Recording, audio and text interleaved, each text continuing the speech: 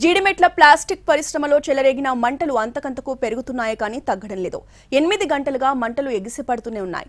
4 అంతస్తుల భవనంలో ఇప్పటికే 2 అంతస్తులు కూలిపోయింది. కింది భాగంలో పాలిథీన్ సంచుల తయారీకి వాడే ముడిసరుకు ఉండడంతో భారీగా మంటలు ఎగిసిపడుతున్నాయి. మంటలను ఆర్పేందుకు ఫైర్ సిబ్బంది తీవ్రంగా శ్రమిస్తున్నారు. 10 ఫైర్ ఇంజన్లు 40 వాటర్ ట్యాంకర్లు వినియోగిస్తున్నా మంటలు మాత్రం అదుపులోకి రావడం లేదు. ఒక పక్క ఫైర్ సిబ్బంది, మరోపక్క డిఆర్సీ, జీహెచ్ఎంసీ పోలీసులు తీవ్రంగా శ్రమిస్తున్నారు.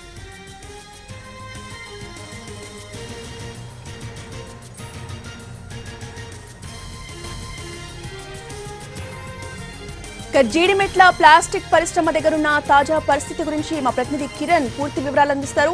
కిరణ్, ఎలా ఉంది సిచ్యువేషన్ అక్కడ?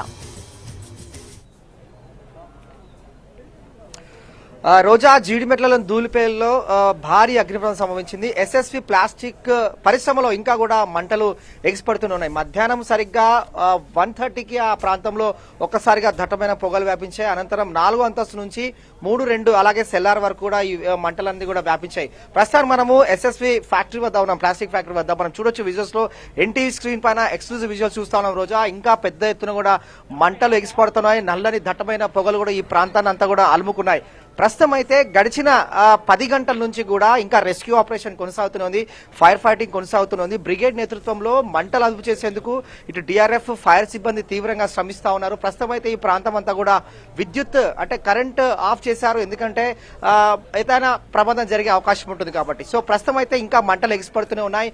మనం చూడొచ్చు స్క్రీన్ పైన కూడా పెద్ద ఎత్తున కూడా మంటలు ఎగిసిపడుతున్న క్రమంలో స్థానికులు కావచ్చు, వీరంతా కూడా భయాందోళనకు గురవుతున్నారు. ఎస్ఎస్వి ప్లాస్టిక్ పరిశ్రమలో అంతకంతకు కూడా మంటలు ఎగిసిపడుతున్నాయని చెప్పాలి. అయితే భవనం లోపల పైన ఏదైతే 4వ అంతస్తు, 3వ అంతస్తు కూడా కూలినట్లుగా తెలుస్తోంది, కానీ ఇంకా క్లారిటీ కూడా రాలేదు.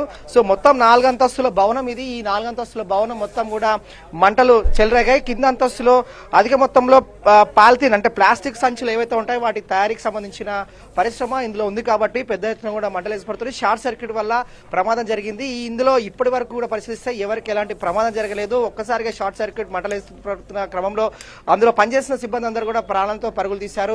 హుటాహుటిన సిబ్బందికి, ఫైర్ సిబ్బంది కూడా సమాచారం ఇచ్చారు. 10 ఫైర్ ఇంజిన్ల పైగా 40 వాటర్ ట్యాంకుల ద్వారా కూడా ఇంకా మంటలు కంట్రోల్ చేసేందుకు కూడా తీవ్రంగా శ్రమిస్తున్నారు. చూడాలి మరి ఎంతసేపట్లో మంటలు అదుపులోకి వస్తాయని మాత్రం స్పష్టత లేదు. రోజా, ఇదికే latest update out studio. Right, thank you Kiran.